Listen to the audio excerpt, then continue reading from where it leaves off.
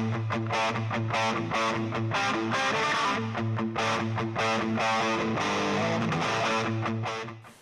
there, Jeff here with the Bigshooterist channel. Thanks for tuning in.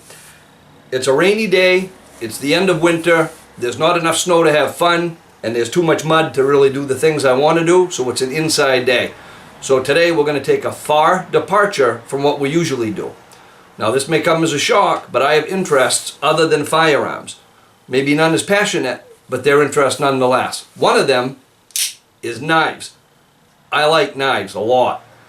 I like knives enough, and I like making things enough that I've been teaching myself how to make knives over the last year.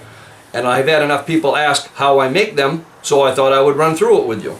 Today, we're going to take an old file, just an old played out, dull, USA mill bastard file, and turn it into a knife.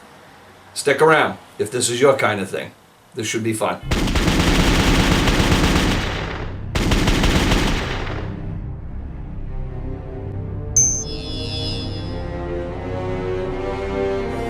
Now, if I've learned anything about making knives, I've actually learned a lot. But one thing that is consistent with all of them, no matter what I'm doing, it's very time consuming. There's no fast way to make a nice knife, not any that I've come across. There are tools and equipment you can use that make it easier, but you can't rush it. You have to take time with it. And most of the knives I make start life as these old, nasty, rusty files. It actually started as a joke. Back a few years ago when ghost guns were all over the news, I was making the point that everything starts life as nothing. Everything. Even a knife. It's just a piece of steel. So we took an old piece of steel and illustrated how you could turn that into a knife with no registration, no background check, no serial numbers, the blatant use of fire, you know, scary stuff to people that want to take everything away from us. And that actually turned into a complete addiction for me, making knives. I really enjoy it. Now, because it's a learning process, I'm trying all kinds of different things. Mostly I'm making them out of old files. Sometimes I use O1 steel. As far as handles, I'm all over the map. I'm trying to learn different things with each knife. So I'm using micarta, I'm using brass, I'm using paracord, I'm using leather. Even used a pair of 1911 grips to make a knife. And with each one I make, there's something new to learn. But they're all fun, and there's plenty to learn with every single one of them. Now, in order to stick with the spirit of what I'm doing, I'm trying to make all of the tools that I need for making the knives. I made my own forge, and we'll look at that down in the workshop.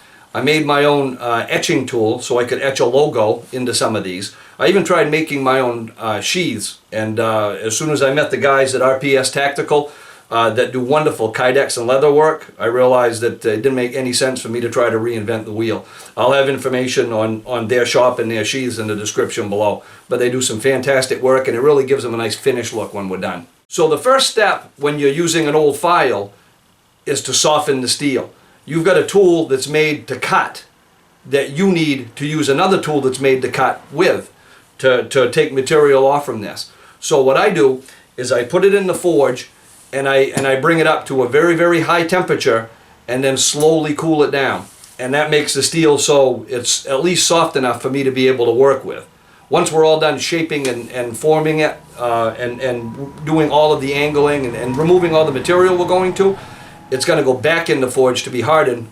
We'll go over that towards the end of the video. The second thing we're going to do is to mark what we want for cuts on it. We want to give it a general idea of what the shape is going to be when we're done. And then we'll start working with either the bench grinder or more than likely the belt grinder and start bringing it to that shape. Once we have it in the general shape that we want, then we're going to drill the holes that we need.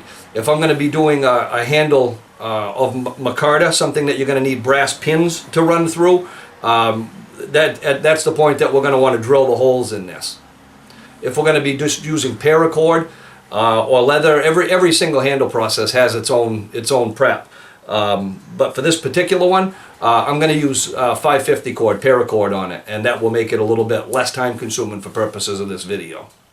The next step is going to be to bevel it, to get your bevel in on your blade. Now, when you do this, I found that it's helpful if you don't go too thin with the metal.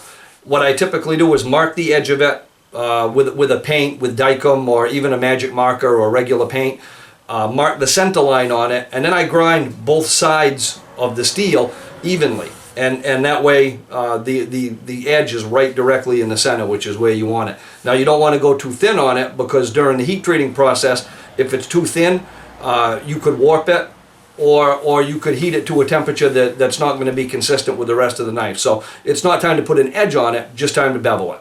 And then the time consuming part starts. Nothing but elbow grease that's going to help this one. You want to sand that down. You want to get that down to a nice smooth finish. A friend told me that's made knives for years, remove all the material that you want to remove before you harden it, for obvious reasons. So I typically, depending on what I'm doing with it, what kind of finish it's going to have on it, I'm going to bring it all the way down to maybe 1,000 grit paper and get everything nice and smooth. And that way, after I harden it, it's going to be easy to polish up. So then it's time to re-harden this. Remember, at the beginning, we took the hardness out of it. Now we want to harden it again. What I do is heat it back up, either in the forge or with a torch, just to the temperature I've found that works well with these old files anyway, to the point where a magnet will no longer stick to it. At that point, we're at the right temperature to quench it. I quench it in motor oil, room temperature motor oil, and then dry it off. Clean it all up, polish it up again, just so it has that nice metal color, because the next step is going to be to temper it. Because if we leave it as it is after we quench it, it's going to be too brittle, it's going to be too hard. So you're going to want to put it, bring it up to a higher temperature and let it cool over a slower period again. Not anywhere near that critical temperature where you remove the hardness to begin with. I typically run, in the oven that I have anyway, about 280 degrees for 2 hours, and then let it cool very, very slow. Sometimes I'll run 2 cycles of that, but that seems to give me a knife that's a little bit flexible and it holds a good edge and it's not brittle. When the knife comes out of the oven, it will typically have a nice yellowish straw color to it, indicating that we hit the temperature that I'm looking for. And then it's time for the elbow grease again. Now it's time for your final polishing and putting your edge on it. Then after that, it's time for the handle. And again, I've used all kinds of creative things for handles. Leather, micarta, brass and micarta, paracord, antler, pistol grips from a 1911. There are all kinds of things that you can do, and again, I don't know anything about it, so I'm just learning. I don't know what's right or wrong, I just know what I like, and that's what I do. But it's kind of interesting, and trying to keep it with the industry that I'm in. A few of my early knives that had a leather handle, I didn't have any brass around for a pommel, so I used the head of a 50 BMG casing, and it kind of gives it some character, and it stays within the theme of what I do every day anyway, and those came out pretty cool. And that is what I'm doing typically when I'm not working with firearms. I really enjoy making these knives. It's a lot of fun. It's really turned into an addiction. I love it. I love having some free time so I can go down into the workshop and just disappear with the tools for a while. It's a lot of fun, and it's pretty rewarding looking at something that to me looks way nicer than anything I ever thought that I could make. And I'm looking forward to learning more. So it's been a fun trip. So I hope you enjoyed this video. If you're one of the folks that asked me to kind of share what I'm doing with these knives, this is it. If you're somebody that typically likes the guns and not so much talking and this other stuff, I apologize. We'll get back to the gun things really soon. Please click like, subscribe to the channel if you don't already, share us with all your friends in your vast social media universe, and until next time, have fun and be safe.